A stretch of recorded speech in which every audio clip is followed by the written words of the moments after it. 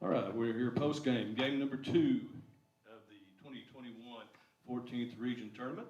This post-game press conference brought to you by Go Time to Steak and Shake, this Bluegrass Sports Nation, along with We Elite and Hometown 24 bringing you this. With the Breathitt County Bobcats here, Knott Central has defeated them to move on to the regional semifinals, 64-51.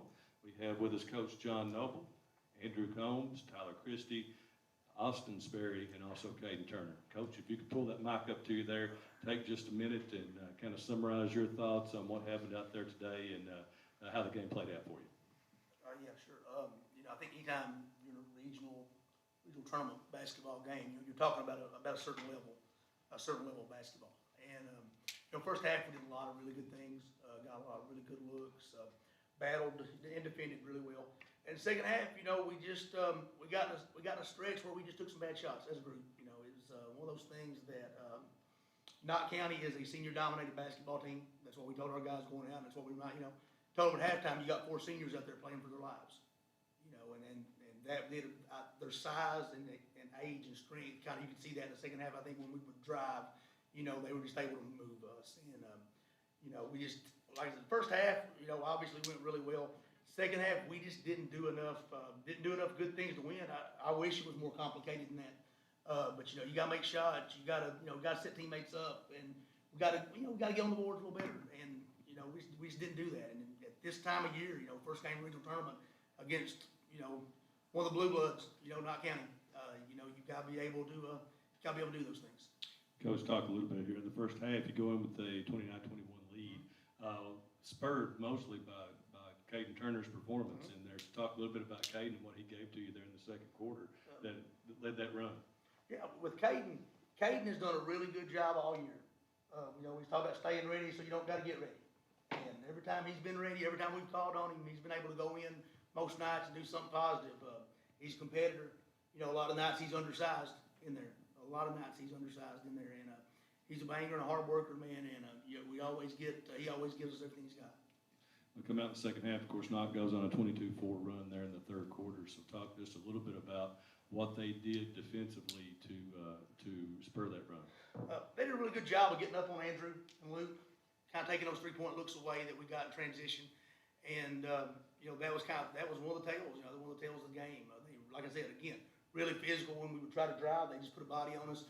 But they did a really good job of taking that 3-point shot away from us second half. Coach, you had, like you said, a largely underclassmen team out there most of the night. Looking forward, though, obviously it don't help a whole lot right now with the feeling, but the Breathitt County Bobcats are going to be a regional front runner for the next couple of years. You have to be pleased with all your underclassmen, the amount of experience they got this year, and going forward, the options you have going forward. Speak to that a little bit. Yeah, definitely. We talked about this in the locker room before we left. I think our guys got to understand, I've enjoyed this season. It's been a hard season, and you guys, if you're familiar with our team, you know what we've been through in the past month. It's been hard on everybody, and we've been no exception. But these guys have shown up every day, and today we just didn't play well enough. It wasn't like effort. We just didn't play hard enough to win, or not play well enough to win. We played hard enough, but not well enough. The thing we got to understand is that you don't get better just because you get older. It's not about days; it's about work. And that was the conversation that we had in the locker room today after the game. We lose one senior, Tyler Christie, and I'll tell you that before we get any farther, I love this kid over here. I love all these kids, but I love Tyler. Tyler's been with me. He was 1 out of 7 freshmen when he came in. He's the only one still here. I think that says a lot about his character, about his devotion, his dedication to this basketball team. And I think he's been a really positive influence on these young guys. So the future is bright, but again, it's not about the days, it's about the work. Coach, I know as a coach, you never make excuses, but how big of an adjustment is it in a short time to lose a kid who plays a lot of minutes and has played a lot of minutes for a couple of years in this short period of time, and you have to bounce back. And, you talked about the regional tournament. It's not like the draw did you guys any favors. I mean, you got a pretty tough draw, and you had to make some serious adjustments in a hurry. What kind of problems did that cause for you? Well, it changes with Jalen especially. Jalen does a little bit of everything. First-rate kid, and with Jalen gone, it changes our man-to-man defense, it changes our matchups, which I'm gonna brag on Andrew for, I thought that first half when we were man-to-man, if we'd been able to stay out of foul trouble and stay man-to-man, I think, that may have gone a little better for us, but just foul trouble, it's just hard to stay man-to-man. But, it's just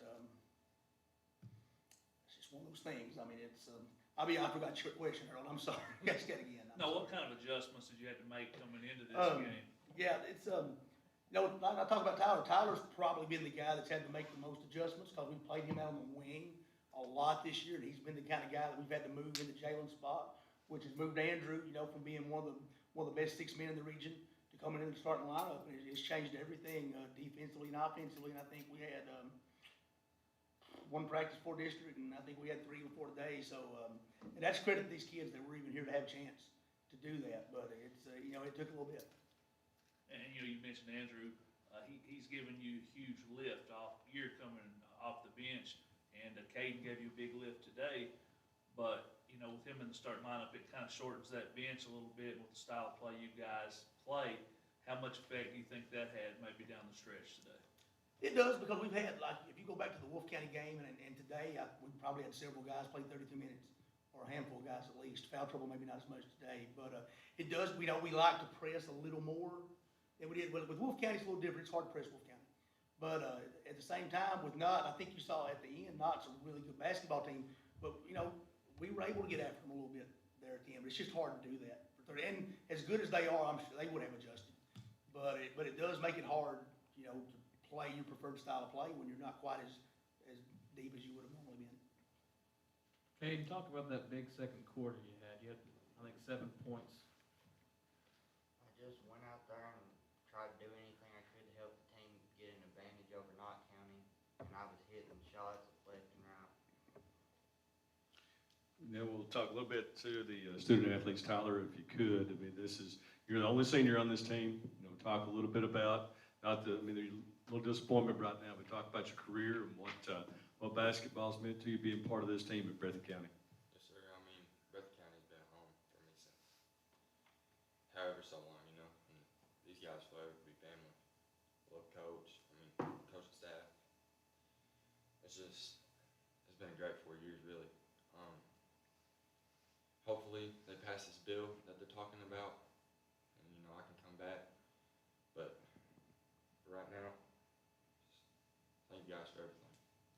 Great, man. Now, the other 3 guys, you got Austin as a freshman, Caden and Andrew, both sophomores. I want each of you just to talk about what you're going to work on to get better for next year to come back and not be out here in the first round. Go ahead, Andrew.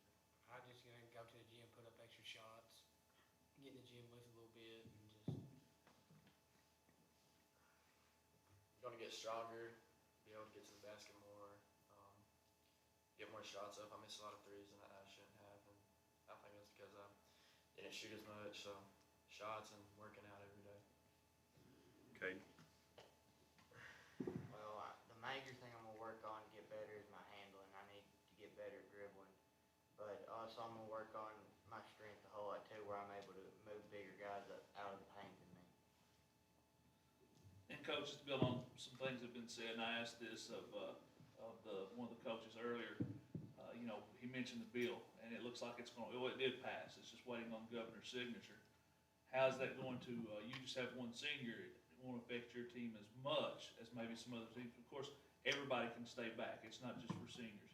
But how's that going to change the landscape? In a normal year, you guys have a ton of kids coming back. You're the obvious front runner. How's that going to affect the landscape, not only of the state, but especially here in the 14th region?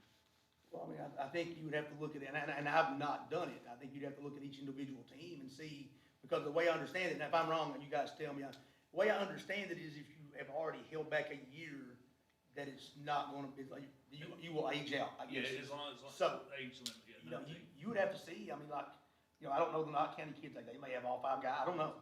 I think it just depends on who's back. We can sit here and say, yeah, you'll be a front runner, heck, but we don't know. We don't know who's coming back. We don't know, and of course, you never know who's going, how things are going to go anymore. It's just say what it is. It's, you never know. I said about Kate, you just stay ready, right? I mean, just stay ready, you don't gotta get ready, man. But I like it for our kids. I mean, I think, I told somebody the other day of playing basketball beats the day of doing anything else. So, you know, and again, that is and for me as a coach, I tried to get my daughter, she's a senior cheerleader at Prairie, I tried to get her to stay back, she ain't having it. But, she's ready to go college. But, you know, that's a parent-kid decision. You know, basketball, obviously, you know, we do what we do here and we work hard, but at the end of the day, it's a parent-kid decision. You know, that's between them. Obviously, you know, I'll take any of these guys next year, man. This is a great group of guys. I told them I've enjoyed this season.